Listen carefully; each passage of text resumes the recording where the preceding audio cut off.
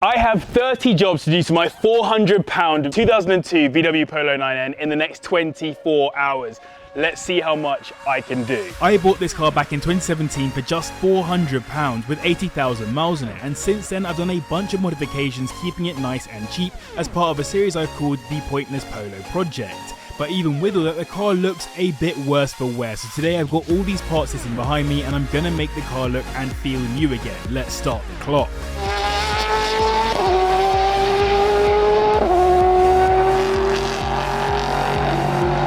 It is embarrassing how full of nonsense this car is right now, so let's start by clearing it out. It's insane how much nonsense you can build up in a car over time. I think the craziest thing I found was a rusty spare kick plate from a Mazda MX-5 in there. Hopefully my wife and I can be a little bit less messy in future. So there we go, 2 full bin bags of stuff. Crazy. I am clearly terrible. Right, after my last MOT, this fell off the bottom of the car, so I think it's time to fit this back to the car. So as with any good job, I started by jacking the car up first to get a better look. You can see there's one underside trim thing there that looks fine, and then here it has gone missing. So this side of the car needed that trim. You can see these obviously rusted through all these bolts and stuff. Unfortunately, there was nothing for me to easily cable tie the trim to, and gluing wasn't a safe option either. Well, I need some nuts that I haven't currently got, lol. But yeah, we'll get that on the car properly in a second. I want to get rid of this dent now. It's obviously causing a little bit of a panel gap right here. So I've got a kit, see if it works. Mate, I've never removed dent before, so let's see how this goes. So I started by warming up my glue gun. Right, that needs to warm up for the next 3 to 5 minutes, so whilst that warms up, I've got something else I need to do. Come and look at this. I've had these alloys since 2018, 5 years in total, and as this is my daily car to bash around in, they're looking a bit worse for wear. That's why I bought this alloy wheel gloss paint to touch up the paint, I guess. No real explanation needed. Simply put, I took the paint and I painted it onto the alloy. Can I give you any more than that? So that is one wheel done. It just smells like nail polish or nail paint, to be honest. And it probably is. Now let's do the other 3, but before we do that, let's stick the glue onto this dent right here. So this was nice and easy. A generous amount of glue onto one of the dent removal pads, let that dry for a few minutes, then use the tool to pull the dent out. I then pulled the tool away as hard as I could to get rid of the dent, a little bit more until... Whoa. That's done a pretty good job, to be fair. It's not perfect. I've still got more to do. That has taken the majority of the dent out. So I quickly removed the leftover glue and was left with a much better looking dent than before. What you can see here is that this bit here is still obviously dented, and that bit there still has a slight dent in it, but that has definitely done a good job of getting rid of most of the denting. Then I had to go back to the other alloys to remove the scuffs using the black paint. And there we have it. Yes, I appreciate I need to get some new alloys in this car, but for now, this is gonna have to do the job. Now, the next one is entirely my fault. I used to have a sticker here for Group B Today, my dad's rallying page on Facebook, and he decided to remove that sticker, leaving all this lovely sticker residue across the back of the car. Looks a bit crusty, so I'm going to try my best to get rid of this sticker residue using some tar and glue remover. This stuff is super toxic, at least according to the bottle, hence I'm using an old pair of gloves to protect my hands, but look at how quickly it worked to get rid of all of that leftover glue residue. I'm very happy with that. That was super easy. I need to get rid of the scratches. There are so many scratches around the outside of this car. This is the biggest one, so I'm going to try and T-cut them. If I can't T-cut them, then I've got this lovely stuff here, which is just touch-up paint for the car. Let's see how it goes. The T-cut definitely worked for the smaller scratches, but so many were so deeply ingrained, I had to get out the touch-up paint pretty quickly. Again, this stuff is like nail polish. Maybe my wife can paint her nails to match my car in future.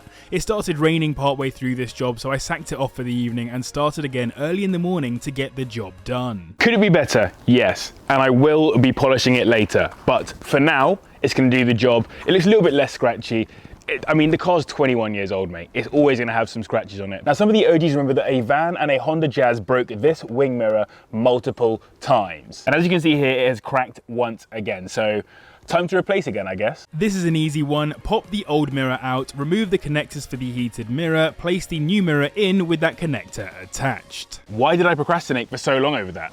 Who knows? I'm a terrible car owner. This lovely honeycomb grille that I made has started to break. Well, when I say it started to break, it started breaking maybe 20 minutes after I stuck it onto the car in the first place. It's just held in there literally by the fact that it is too big to come out. Super glue didn't work well at all, but the glue gun worked a treat on this one, and the grille is held on much stronger than it ever has been. So I need to set that glue set, but it looks like it's very much in place. I'm giving it a little bit of pressure here and it is staying. So let's let the glue set for the next few minutes. That should be perfect. We get to stay here for the next task as well, which is removing the peelable black paint from these badges, I suppose. Like, I did this many years ago. Again, the OGs will remember. It's looking crusty. Time to go back to OEM. This stuff is only supposed to be on for about 3 months before you remove it, I think, and yet here it is with more like 3 years of wear. Anyway, it's super simple. I heard WD-40 does a great job of breaking it down, which it did, because normally this stuff comes off slowly like orange peel when it's been left too long, but in this case, both front and rear, it wasn't too painful. So gone is the black on the badges. I've upgraded the car to 2023. One thing that many of you lovely people have complained about many times over the years is the rust on the number plates. It does look horrible, I completely agree. So I've got new number plates, it's time to change that, but it's gonna be quite difficult because these are so heavily rusted, I'm not sure I'm able to get them out very easily. Getting the first screw off of the car was a nightmare. I didn't have a circular saw, so I had to literally use a hacksaw to slice out enough of a gap in the screw to get a big flathead in there to twist it out. Honestly, this screw took about 10 minutes of my life away. But then I simply screwed off the other one, then cleaned up the front end of the car to prepare it for the adhesive pads I'd be using instead, so that I never have to worry about those rusty screws again. I stuck on the front plate, then moved to the back, which, hallelujah, had covers over the screws to keep them looking fresh, making the same job a whole bunch easier. I am very happy with that. Stop complaining at me about the rusty bolts. So one of the nastiest looking parts of this car, in my opinion, is the headlights. They look so crusty, it's ridiculous. So I bought this Turtle Wax Restore kit. Other restore kits are available, and I'm going to attempt to use it on these lights. I simply followed the instructions on the kit by cleaning the headlights first, then going over them once with the restoring liquid, followed by some wet sanding of the more tenacious yellow bits, then back to the restoring liquid and finishing up with a ceramic coating to lock in the finish. I'll be honest with you, I was genuinely quite skeptical about how that was going to come out, but it actually looks quite good. I'm very happy with how that looks in the end. It's not perfect. New ones would do a better job, but for now, it'll do. I have another slight issue with this car. Lights are on here at the front and you can see on, not on. And if I place you around here at the back of the car and jump in and press the brake, you should be able to see that one of the brake lights is also not working. Now I could have chosen to replace just those lights, but instead I've decided to get a whole set of brand new, much brighter, much more obvious lights that will help me see far better at night. This was long, I'll be real with you. VW don't make it easy for you to contort your hand around to replace these bulbs, and at the same time they don't make it easy to remove those front lights entirely, so you have to take off the front bumper as well. But after some hard graft you do get the hang of it, even if my wrist is still a bit sore. That is done for the front of the car. Now let's do the back of it instead. By the way, look how much brighter and nicer these look. I'm very happy with that. I need to be fair to VW still, the rear lights were a much easier job. Pull out the little retainer bolt, release the lights from the car, take the bulb holder off the back using the clips, then simply remove and replace each bulb individually before reversing your steps to put it all back in. I'm very happy with those lights, it looks really, really good. But we're on to another outside piece of the car, replacing this piece of trim that went missing right here. I used super glue. Do you need anything more than that? Well, that was pretty simple. You may remember a long time ago I painted the lettering in my tyre walls white. Now obviously after an extended period of driving the car, that is now kind of ruined. So I'm going to get rid of these last little bits that are hanging on. WD-40 came back to save the day again. Genuinely, WD-40 and this little yellow tool was all I needed to do most of the jobs in this video. That's looking much fresher. I'll do the other three and then we will carry on with the next piece. This rear windscreen wiper hasn't moved in years. It's been stuck halfway up the rear windscreen since I did the tyre writing on my tyres. I think some kids might have fiddled with it and potentially broken the motor. There were basically 3 potential causes: a broken motor, fuses blown, or corroded cables. So step 1 was checking the fuse. To save myself future jobs, I checked literally every single fuse in the box and found that 3 were blown. But this didn't fix the wiper issue, so instead I went to step 2, which was to remove the motor. I had to get pretty aggressive with the trim in the boot to get it off after removing the 2 hidden screws, then remove and replace the motor as well as fitting the power and washer cables that go into it to check if it works. It's moving. You can see it spinning there. If I get the right rear wiper for this that will just fit in under there, I think we're sorted. So here is another annoying one. I've obviously done the fuses, so I know it's not the fuses. It could be the cable still, but I have no ability to send any windscreen wash to the windscreen, either windscreen, that is the front or rear. Sometimes you've got to work for it, and in this instance that's exactly what I decided to do. First I jacked the car up again to remove the front left wheel, then removed all the relevant torque screws from the wheel arch lining and under the bumper to reveal the motor, which I then simply replaced, although I did stupidly pull it out without something to drain it into.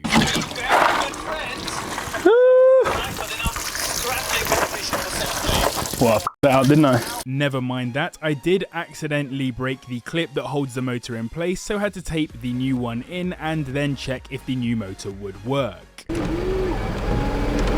It's working! Yeah, boy. Since we've just done that, we need to put some screen wash back into the screen wash container since it all fell out over the floor. If you don't know how to put screen wash in, you probably didn't pass your driving test, so yeah. Easy job, but it needs to be done, so there we go. I'm going to check the old dipstick to see how much oil we got in the car. Same story as screen wash. Surely by now you know how to put oil in the car. Check the dipstick, put the oil in, lovely. And that is the exterior of the car done, finally.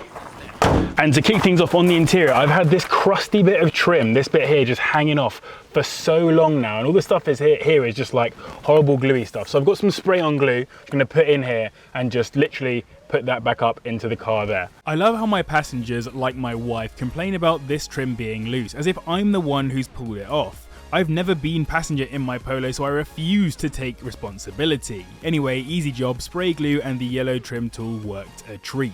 This job I forgot to intro and outro, but my window roller lost its knob a long time ago, so I just replaced the whole thing, an easy slide off, slide on job. The next piece that needs to be done, which you can just about see here, is this steering wheel cover. So I did put this on ages ago. Thank you again to the company that sent it to me, can't remember the name. And I really like it. Unfortunately, my dad managed to ruin it. You can see here, it is all coming off and fraying. So we're gonna just take it off. I just used the craft knife to break all of the stitches, and it did do the job, and then remove some of the glue that was left over from the double-sided tape. And so there you go, it is back to normal. It hasn't been like this for a very, very long time. And you remember I did all this stuff a very, very, very long time ago whilst I was still at university. One of my first ever YouTube videos was doing the carbon fiber wrap onto this, and some more on the carbon fiber later. And by later in this video, I mean immediately. See this large hole right here? This used to be a cup holder long before I owned the car. Unfortunately, as with many Polos, it's gone missing. Hopefully, I'm going to very easily fix this with a new one. But in order to do this job, one thing that needs to happen is that the radio needs to come out, which is perfect because I have another thing to go into the car slightly later in the video. So I removed the radio and then found out that there was another big problem standing in my way. What you can't see is in here, there is a little T20 Torx bolt that's holding this in place. You might just about to be able to see it now. That thing is so annoying because it's so deep in the car. It's a joke, genuinely, and I haven't got the right tool for the job, so I've had to manufacture something to get that Torx bolt out. So after removing that T20, I was able to remove the entire unit ready to put in the new one, but that new one had to be repaired first. I mentioned the carbon fiber. I had to re-wrap this piece in carbon fiber as well, otherwise it looks silly just having this random unwrapped piece on the dashboard. Once that was wrapped, I could stick it back into the car and finally had a working third cup holder. And that, my friends, is done. The first modification I did to my VW Polo 9N long before I did YouTube was fit in my radio from my Skoda Fabia estate. So it is sad to see it go, but I wanted to get Apple CarPlay into the car and got this Pioneer unit. Remember, the car cost me £400? This unit altogether cost me about £360. Almost the cost of the entire car. Relatively simple job, get the right adapter cables, get the right size cage and stick it all back into place. You can see a little cable coming through the front of it which looks a bit messy at the moment, but my plan is to fit this into the car properly at some point. It's just a USB cable so that I can use my Apple CarPlay. So, a couple more small bits to do. First of those is the floor mats. I bought myself these super drippy Cars with JB branded floor mats that also have the blue to match the exterior of the car. So what I had to do was take the old ones out, hoover the interior of the car because it is an absolute nightmare in there, and then shove in the new ones. It's simple as that. I'm obviously biased, but I do think these look a lot better. We are rapidly running out of light, so I've gone over my 24-hour limit, unfortunately, but I'm still gonna get all the rest of this done today and tomorrow when I'm back at home. So, a few bits to do right now. One of those is this. It is my air freshener, which you can go onto carsjb.com to buy. It's only £4, nice and easy. Gonna chuck this in the car, new car smell. Ironic, because I've never owned a new car in my life. On to the second one, these nice stickers. £2.50 each, nice and easy. Again, on the carsjb.com website, super nice. Gonna stick a couple of those on the dashboard. I've got these lovely embroidered patches right here, put them the right way around, and they're gonna go on the headrest for the car as well. And finally, I've got a whole box here of window stickers, so let's go and do those. So in goes the air freshener. Thanks to everyone who sent me pictures of themselves using the air freshener, by the way. I am a huge fan. I've loved seeing the different cars that it's ended up in, and if you get one, then do let me know and send some pics of what car it's gone into. Then with the sticker, I just simply put it over the ashtray. The window sticker very simply went into the rear windscreen as so, and then I used fabric glue to glue the embroidered patches onto the headrest. I'm going to change that up and actually do it with the glue gun instead in future. I was trying to protect the fabric, and stitching them is too much hassle, mostly because you'd have to take the entire cover off, but I'm going to sack it off and just do it with the glue gun instead. That was super easy, and you can grab all 4 of those items super cheap. All of them cost less than £4 on carsjb.com. So if you haven't bought them already, go check them out. I'm really happy with them, and I hope you will be as well. I was lucky enough to order myself one of these bad boys. You may remember the very interesting looking shifter in my Mazda MX-5 from Likewise, and this is another Likewise shifter. carsjb engraved into it. Yeah, Likewise shifter, very nice. Let's go put it in the car. I think the first ever Pointless Polo project video was changing this gear boot. Now in this instance we're doing the shifter instead, so you got to pull that boot up, undo the existing clamp that's in there. I changed the ear clamp for a pipe clamp instead, pull off the shifter, put on the new adapter for the shifter, attach the gear boot to the retainer that came from Likewise, and then stick the shifter back on over the top to hold it all in place. It is officially dark, so let's take this car home, but look at that. Nice little drippy thing with the retainer clip as well, looking good. Okay, I'm sorry, it didn't happen in 24 hours, but I've been grinding the last 2 days, as I'm sure you've seen by this video. So let's get the rest of it done tomorrow when I'm a little bit more comfortable and it's a little bit lighter. There is one thing I can do very quickly, actually, whilst on camera on my way home, which is this. Hopefully, it should just slide in like that. So this locking mechanism has been broken, and hopefully, if I give myself 2 hands, I can get it back on. Yes, I can. I was putting it on backwards last time, so spin it around, it goes on the other way around. Nice and easy.